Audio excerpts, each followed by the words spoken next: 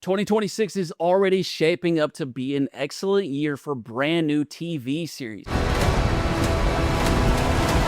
We've already had a major new fantasy show, one of the best new horror series to drop in a while, plus a bunch of good mystery, spy, and crime thrillers. So let's go ahead and check out the top 10 absolute must-watch series of 2026 so far, starting with a new mystery series. One of us might know who the killer is. The killer could be in this very room.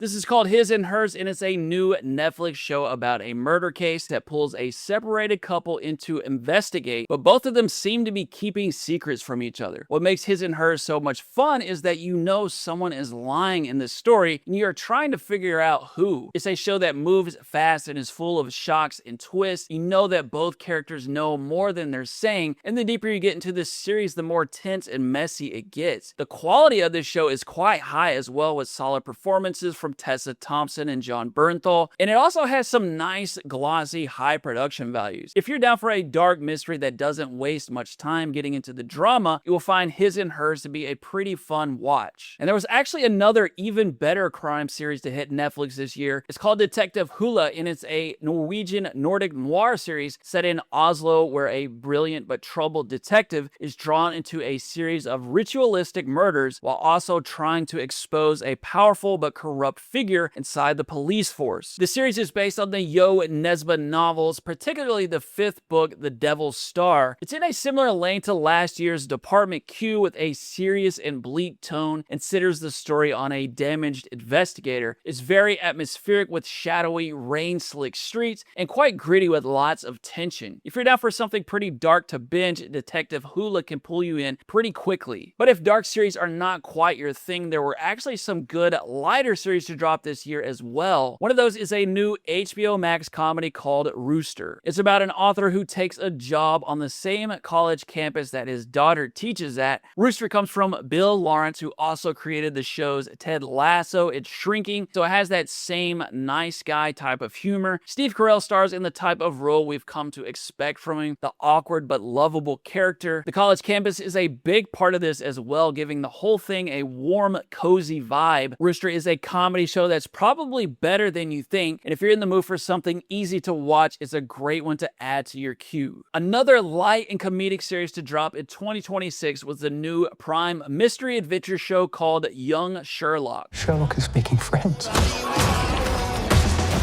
Sherlock never made any friends. Young Sherlock is set in the 1870s and follows a 19-year-old Sherlock Holmes at Oxford before he becomes the master detective everyone knows. The show was partially developed by Guy Ritchie, the guy behind The Gentleman, and a couple of Sherlock movies that starred Robert Downey Jr. It definitely has that Ritchie style, the fast momentum, entertaining action sequences, and plenty of humor. This is not the polished Sherlock Holmes we typically see. He's impulsive, bad at fighting, and makes plenty of mistakes. Young Sherlock is always moving quickly and very easy to binge. It's definitely an excellent show if you're a fan of mysteries. If you're loving these recommendations, hit subscribe to join CineGold series for your weekly dose of the best shows and hidden gems. Now, if you're looking for a real hidden gem for this year, check out the Netflix German series called Unfamiliar. It's an espionage thriller that follows two married former spies, but their quiet life is blown up when they are suddenly hunted by hitmen. Unfamiliar is a cold, slow burn thriller that's pretty similar to another spy show, The Night Manager. There are plenty of big twists and secrets revealed during the show, and it's very moody, visceral, and feels quite realistic. It's a show that will pull you in much harder than you think, and if you want something that's tense, bingeable with a cold European feel, Unfamiliar is definitely worth queuing up. Next up, if you're a fan of the dystopian Hulu series The Handmaid's Tale, there was a sequel series that dropped in 2026 called The Testaments. It picks up 15 years after the original show and centers on a new generation of girls coming of age inside the world of Gilead. You'll probably get more out of this series if you've seen The Handmaid's Tale, but it also works as a standalone story. It's sort of like a dark, twisted version of Harry Potter, where girls learn embroidery and painting while being groomed for marriage to powerful commanders. It's also got kind of a spy thriller feel where certain girls are undercover and plotting to escape. The Testaments is definitely a prestige show with big world story storytelling and already feels like one of the most important new series of 2026. One of the surprise, way better than it looks type of series to drop this year was the Netflix horror show Something Very Bad Is Going to Happen. It follows a married couple on their wedding week who go to his family's home, but things immediately feel deeply wrong and very ominous. I'm so honored that you two chose to get married here.